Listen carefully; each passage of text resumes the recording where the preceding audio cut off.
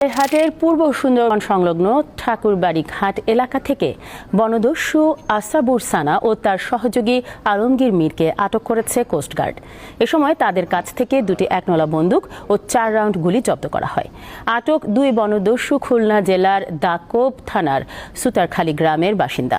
বনদস্যু আসাবুর ও তার বাহিনী দীর্ঘদিন ধরে সুন্দরবন সংলগ্ন এলাকায় জেলেদের অপহরণ করে মুক্তিপণ আদায় সহ বিভিন্ন অপরাধমূলক কর্মকাণ্ডের সাথে জড়িত। তাদের বিরুদ্ধে খুলনার দাকোপ থানায় অস্ত্র ও ডাকাতি সহ একাধিক মামলা রয়েছে। গোপন সংবাদের ভিত্তিতে 12 নভেম্বর 2024 তারিখ কোস্টগার্ড পশ্চিম জোন মংলা কর্তৃক খুলনা জেলার দাকোপ থানাধীন কুঠারবাড়ি ঘাট সংলগ্ন এলাকায় একটি বিশেষ অভিযান পরিচালনা করা হয়। অভিযান চলাকালীন উক্ত এলাকা থেকে দুর্ধর্ষ ডাকাত আসাবুর বাহিনীর প্রধান আসাবুর সানা ও তার সহযোগী আলমগীর মীর সহ দুইটি একনালা বন্দুক ও 4টি কার্তুজ আটক করা হয়। আটককৃত আসাবুর দীর্ঘদিন সুন্দরবন সংলগ্ন এলাকা হতে জেলেদের অপহরণ করে মুক্তিপণ দাবি সহ বিভিন্ন ধরনের অনৈতিক কর্মকাণ্ডের সাথে জড়িত ছিল।